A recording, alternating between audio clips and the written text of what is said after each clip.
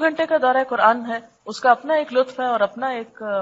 Satisfaction ہوتی ہے کہ جی ہم نے شروع سے لے کے آخر تک قرآن ختم کر لیا، کیونکہ ہماری قوم کی یہ بھی ایک بہت بڑی کمزوری ہے یا ان کی آرزو ہوتی ہے کہ ہم کیا کر لیں، قرآن سے ایک دفعہ گزر جائیں۔ جب ختم ہوتا ہے پھر ہمیں لگتا ہے آج ہماری دعا قبول ہونی ہے اور آج ہی سب کچھ ملنا ہے ہم کو۔ خیر ہے تو ایک حقیقت ہے کہ قرآن کے ختم پہ ہوتی ہے قبول۔ تو اس کے لیے پھر کیا ہے کہ آپ ایک پارہ سلیکٹ کریں۔ عموماً یہ ہوتا رہا ہے گزشتہ سالوں میں کہ ہم ایک آدھ رات لوگوں سے لے لیتے تھے، طاق رات، جس میں ایک ایک سپارہ ساتھ ہو جاتا تھا نوافل کے علاوہ۔ اس طرح 30 روزے عام طور پر نہیں بنتے تو 29 دن رہ جاتے ہیں، ایک سپارہ ایکسٹرا ہو گیا۔ لوگ عید پر جانا چاہتے ہیں، یہاں تو کراچی میں اتنا مسئلہ نہیں، لیکن پنجاب میں اور خصوصاً اسلام آباد میں یہ مسئلہ اتنا گمبھیر ہے کہ اسلام آباد سب کا کوئی بنیادی ٹھکانہ نہیں، سب لوگ کہیں کہیں اور سے ہی آ کے وہاں جڑے ہوئے ہیں، تو وہ اپنے اپنے علاقوں میں، شہروں میں عید منانے چلے جاتے ہیں۔ چھٹیاں ہوتی ہیں، لوگ اپنے رشتہ داروں سے جا کے ملتے ہیں، تو اس کا بھی ایک وہ پریشر ہوتا تھا کہ آپ کو جلدی ختم کر دیں، ہم نے جانا ہے، ہم دعا میں شریک ہونا چاہتے ہیں اس لیے جلدی ختم کریں۔ ورنہ میرا دل یہ ہوتا تھا کہ جیسے 29ویں روزے کو ہو تاکہ میکسیمم ٹائم ہم اس کے ساتھ گزار سکیں۔ اس کے لیے ایک حل تو یہ ہوتا کہ طاق راتوں میں سے کوئی رات ایک یا دو لے لی جائے تو وہ 1.5 سپارہ کر کے اس میں کچھ وقت گزر جاتا ہے، لیکن اگر یہ ممکن نہ ہو تو آخری 10 پارے جو ہیں ان میں سے کچھ پارے ایسے ہیں کہ جن کو باہم کمبائن کیا جا سکتا ہے اور ایک دن میں ایک پارے کے بجائے 1.5 پارہ کیا جا سکتا ہے۔ لیکن پہلے 10 پاروں میں یہ چیز عموماً ممکن نہیں ہوتی، کیونکہ آپ کو معلوم ہے اس میں احکام کی آیات ہیں، مدنی صورتیں ہیں زیادہ، اور وہ بہت طویل صورتیں ہیں اور طویل احکامات اس میں آ جاتے ہیں، تو اس کو 1.5 سپارہ آپ نہیں کر سکتے۔ دوسرے حصے میں بھی آپ دیکھ رہے ہیں کہ سورت یوسف ہے، اور پھر سورت جو ہے بنی اسرائیل ہے، اور سورت کہف آپ نے ابھی پڑھی نہیں لیکن وہ بہت طویل ہے وہ بھی۔ تو یہ صورتیں جو ہے یہ خود ٹائم ٹیکنگ ہے، ان کے اندر بھی بہت میٹر ہے جس کی وجہ سے پھر آپ نہیں آگے سورت نور آ جاتی ہے، اس میں بھی بہت لینتھی ہے وہ بھی صورت۔ اس طرح پھر آپ دوسرے اشرے کو بھی نہیں ڈیوائیڈ کر سکتے، لیکن تیسرے اشرے میں عام طور پر خلاصہ ہے قرآن پاک کا، جو احکامات آپ 20 پاروں میں پڑھ چکے ہیں وہ آلموسٹ 10 پاروں میں دوبارہ ان کی ریویژن ہو جاتی ہے، اور ایک جامع پارے ہیں لیکن اس میں ڈیٹیل عام طور پر کم ہے، تو وہاں آ کر آپ جلدی بھی کر سکتے۔ 30 پارہ سب سے مختصر ہے، اس میں بہت ڈیٹیلز نہیں ہوتی، کیونکہ سب صرف دل ہلانے والی اور ایک کنکلوژن ہو رہا ہوتا ہے قرآن کا، یہ تیار کیا جا رہا ہوتا ہے انسان کو قرآن پڑھنے کے بعد عمل کے لیے۔ لیکن ایک پارہ ایوریج اگر ہم شروع کریں تو اس میں یہ ہوتا ہے کہ 2 گھنٹے کم از کم لگتے ہیں، اور ان 2 گھنٹوں میں کرنا یہ ہوتا ہے۔ اچھا ایک اور چیز یہ کہ شروع کرنے سے پہلے آپ ضرور اپنی نیت کا جائزہ لیں کہ میں کیوں شروع کر رہی ہوں اور میرا مقصد کیا ہے۔ نیت تو ساروں کو پتا اللہ کے لیے، لیکن پھر بھی ذرا تازہ کر لی جائے، جھاڑ پھٹک کر کے ذرا سی چمکا لی جائے تو اچھی ہوتی ہے،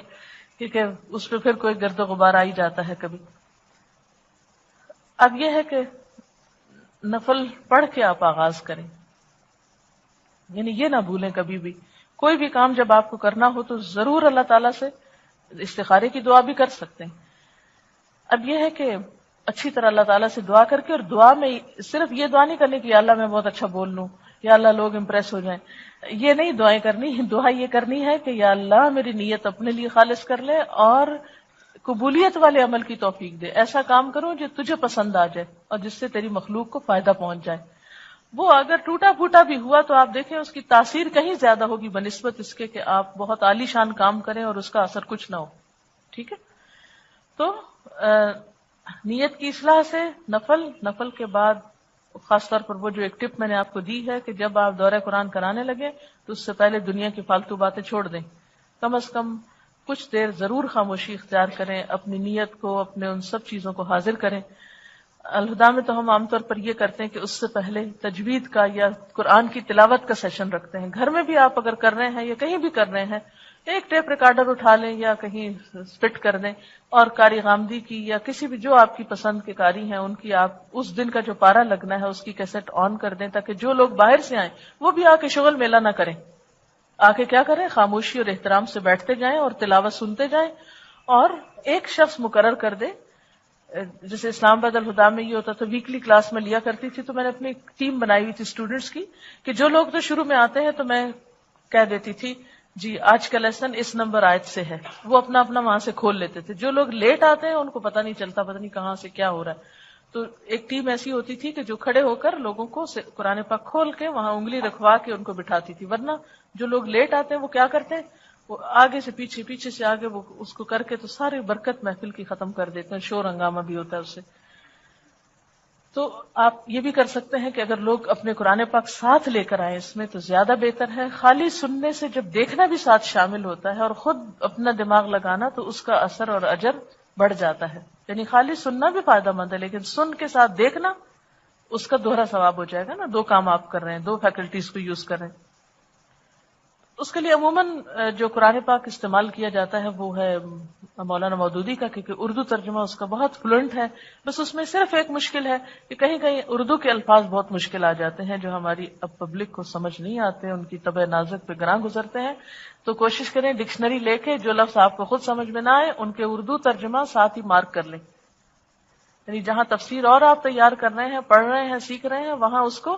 ان لفظوں کا ترجمہ خود کریں، کیونکہ میں عام طور پر اس کو موقع پر ہی بدلتی چلی جاتی ہوں، لفظ آسان کر دیتی ہوں جس سے لوگوں کو سمجھ آ جاتا ہے، لیکن ویسے اردو کی سینٹنسز کی سٹرکچر کے اعتبار سے یہ ترجمہ جو ہے وہ بیسٹ ہے۔ اگر وہی ترجمہ لوگوں کے ہاتھ میں ہو تو آسانی ہوتی ہے، لیکن کسی کو کبھی مجبور نہ کریں کہ جی آپ یہ ترجمہ ضرور پڑھیں اور یہ نہ پڑھیں، جو جس کا دل چاہے جیسا مرضی لائے، ہمیں اس سے کوئی غرض نہیں، کیونکہ ہم نے لوگوں کو کسی خاص مسلک یا گروپ یا کسی اس میں نہیں ڈالنا، ہم نے تو لوگوں کو اللہ سے جوڑنا ہے۔ اور دورہ قرآن کی اصل غرض بھی یہی ہے کہ لوگوں اور اللہ تعالیٰ کے درمیان ایک تعلق مضبوط ہو جائے۔ جو بھی کوئی ترجمہ قرآن وہ یوز کریں، پلین لانا چاہتے ہیں پلین لائیں، نہیں بھی لانا چاہتے تو مجبور نہ کریں، لیکن اسٹوڈنٹس کو ہم تھوڑا سا پابند کریں گے کہ وہ اسٹوڈنٹ ہونے کا ثبوت دیتے ہوئے قلم اور کتاب اپنے سامنے رکھیں۔ علامہ بالقلم اور الرحمن علم القرآن خلق الانسان علمہ البیان، تو وہ قرآن آپ کے سامنے بھی ہونا چاہیے، تبھی تعلیم بھی ہوتی۔ اب یہ ہے کہ تلاوت لگی ہوگی، ایک پورا ایٹماسفیئر کریٹ ہوگا، لوگ آتے جائیں گے، لائنوں میں بیٹھتے جائیں گے۔ اگر کوئی خرابی آپ دیکھیں تو یہ نہیں کریں، اپنے عمل سے ثابت کریں کہ آپ قرآن کا احترام کرتے ہیں۔ بعض لوگوں کو میں نے دیکھا ہوتا ہے تلاوت لگی ہوتی ہے اور ساتھ کیا شروع کر دیتے ہیں، باتیں شروع کر دیتے، لوگوں کو انسٹرکشنز دینا شروع کر دیتے ہیں، ذرا پلیز آگے آگے ہو جائیے، اگر آپ نے کرنا ہے لوگوں کو تو ذرا اس کو آف کر دیجیے۔ جو لوگ قرآن پڑھ کے پھر قرآن کا ادب نہیں کرتے وہ قرآن کی تعلیم کو یا مقصد کو پھر نقصان دیتے ہیں۔ تو اس لیے اگر آپ کو بیچ میں کوئی بھی اعلان کرنا پڑ رہا ہے یا کوئی انتظامی کام کرنا پڑ رہا ہے تو آپ اس کیسٹ کو آف کر دیجیے۔ اور اس میں آپ دیکھیے کہ بعض اوقات لوگ جگہ لینے کی خاطر بہت ارلی بھی آ جاتے ہیں، ایک ایک گھنٹہ بھی پہلے آ جاتے ہیں، بعض لوگ بہت دور سے آتے ہیں یا بسوں پہ آتے ہیں۔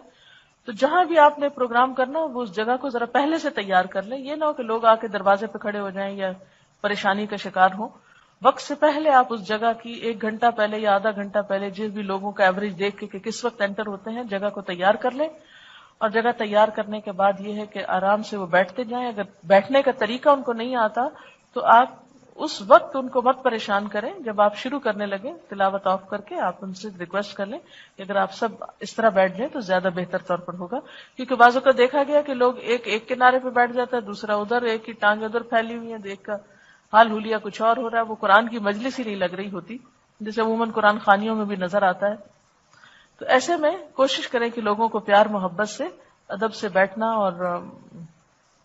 کہتے ہیں اٹھنا بیٹھنا سکھانا، تو وہ تھوڑا سا اٹھنا بیٹھنا ان کو سکھا دے، اور اس کے بعد آپ شروع کریں۔ اب آپ کے پاس قرآن پاک ہے، اس میں یاد رکھیے کہ دورہ قرآن خطبے کی طرح ہوتا ہے، تعلیم کی طرح نہیں ہوتا۔ آپ صلی اللہ علیہ وسلم کا میسج کنوے کرنے کے دو طریقے ہوتے تھے، ایک خطبے کا انداز اور ایک تعلیم کا انداز۔ تعلیم کلاس روم کے لیے ہوتی ہے، ریگولر ہوتی ہے۔ خطبہ جو ہوتا ہے وہ جوش ابھارنے کے لیے ہوتا ہے، کسی چیز کے لیے مینٹلی تیار کرنے کے لیے ہوتا ہے، اور اس میں یعنی اس کا مقصود کچھ اور ہوتا ہے۔ اب چونکہ ایک نئی پبلک آ رہی ہے آپ کے پاس جو تعلیم حاصل کرنے کے لیے نہیں آ رہی، صرف ایک جاننے کے لیے آ رہی ہے کہ آپ یہ یہاں قرآن کی کلاس ہوتی ہے، تو ان لوگوں کو آپ خطبے کے انداز میں سکھائیں گے۔ اور اس کے لیے مثلاً آپ تلاوت لگاتے ہیں، جیسے آپ تلاوت کرتے ہیں تو سوئے ہوئے اور ٹوٹے پھوٹے انداز میں اور غلط طریقے سے یہ نہیں کر سکتے آپ۔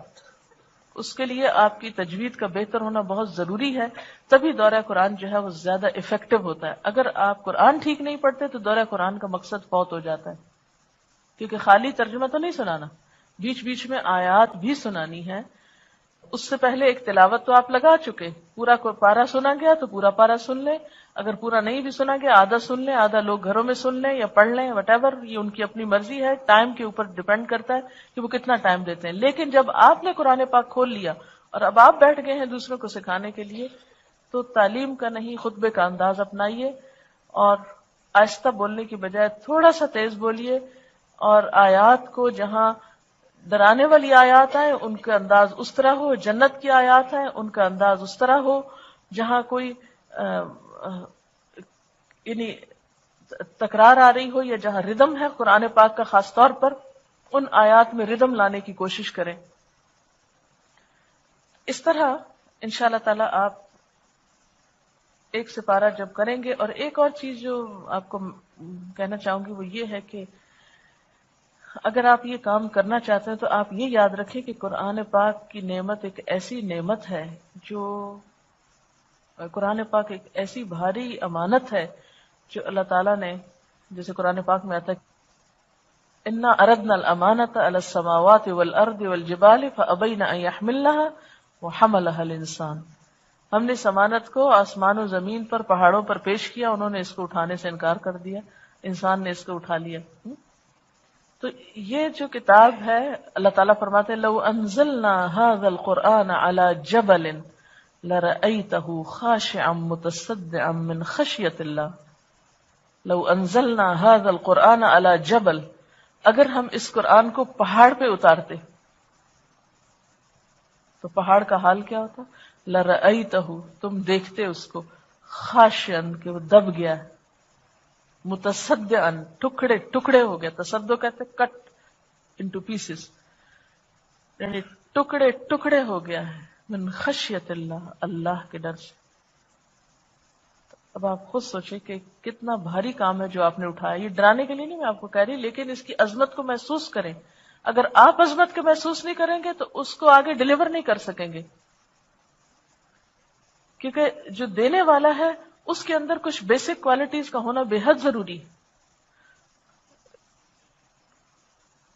جب تک آپ کے اپنے اندر اس کا وہ محسوس نہیں ہوگا تو آپ دوسروں کو محسوس نہیں کرا سکیں گے. اگر آپ کے اندر محبت نہیں ہوگی تو آپ محبت دے نہیں سکیں گے. اس لیے بہت ضروری ہے کہ آپ اس کو اس طریقے پر لیں. اور پھر اس کے بعد یہ ہے کہ ایک مہینے میں چونکہ پڑھا جاتا ہے اور بہت سارے لوگ پڑھتے ہیں، آپ خود سوچیں یہ سب کچھ جمع ہو کے تو کتنا ایک پر اثر اور ایک ہلا دینے والا کام ہوتا ہے. یہ معمولی کام نہیں ہوتا. اس کے لیے آپ کی صحت بھی اچھی ہونی چاہیے. تو خدا کے لیے اور اس رمضان سے فائدہ اٹھانے کے لیے تھوڑا سا اپنی صحت کا مزید خیال کر لیجیے گا. عام دنوں میں وٹامنز لینا بھول جاتی ہوں، پرواہ نہیں کرتی، لیکن رمضان میں جس طرح روزہ رکھنا فرض سمجھتی ہوں ایسے ہی وٹامنز لینا فرض سمجھتی ہوں. عام دنوں میں کبھی دل چاہ دودھ پی لیا، نہیں پیا نہیں پیا، لیکن رمضان میں تاکیداً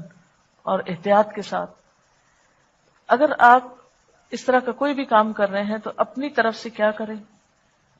یعنی ذہنی تیاری کے ساتھ عملی تیاری بھی. آپ اس کے بوجھ کو اٹھا رہے ہیں تو پھر آپ اسے دینے کے بھی قابل ہوں. روز دورہ قرآن کی کلاس کے لیے پریپیئر کیسے کریں؟ کیا ڈیلی آپ کی ٹیپ سننا ضروری ہے یا کوئی تفسیر؟ اس میں آپ دیکھیں کہ بہترین تفسیر جو آپ کو فائدہ دے سکتی ہے کم وقت میں جو آپ کو چیزیں کلیئر ہو سکتی ہیں وہ احسن البیان.